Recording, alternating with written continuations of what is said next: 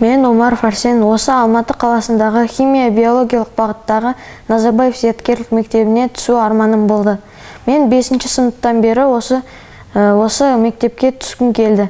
Осы мектепке түскенімді білген кезде өте қуандым. Өскенде жақсы вуздарға түскім келеді. Сол үшін мен осы мектепті таңдадым. Тесттарды тапсырғаннан кейін өте қобалжыдым. Бірақ барлығы мен үшін оңай болды.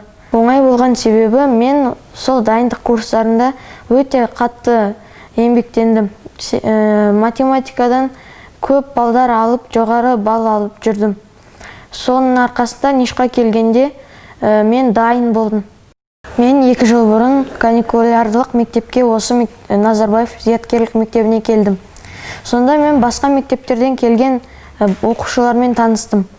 Біз сол каникулярлық мектепте ойнадық, жаңадан тақырыптар өттік, және де психологиялық сабақтар да болды. Сол балалар, сол кезде біз бәріміз 5 күн сабақ өттік. Сол кезде бір ойын кеші болды. Біз бәріміз су атысып, жүгіріп ойнап жүрдік. Кейін бізге мектептің директоры сертификаттар берді.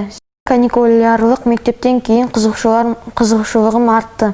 Арнайы дайындық курстарына бардым. Мен онда көп оқып, қатты еңбектендім. Сондықтан мен осы мектепке 1260 балмен түсіп кеттім. Менімен бірге түскен достарымды, сыныптастарымды құттықтаймын. Мен осы Назарбаев зияткерлік мектебінде жақсы оқимын деп ойлаймын. Жақсы вузға түсемін деп ойлаймын. Басқа шетелге барып жұмысқа тұрамын деп үміттенемін.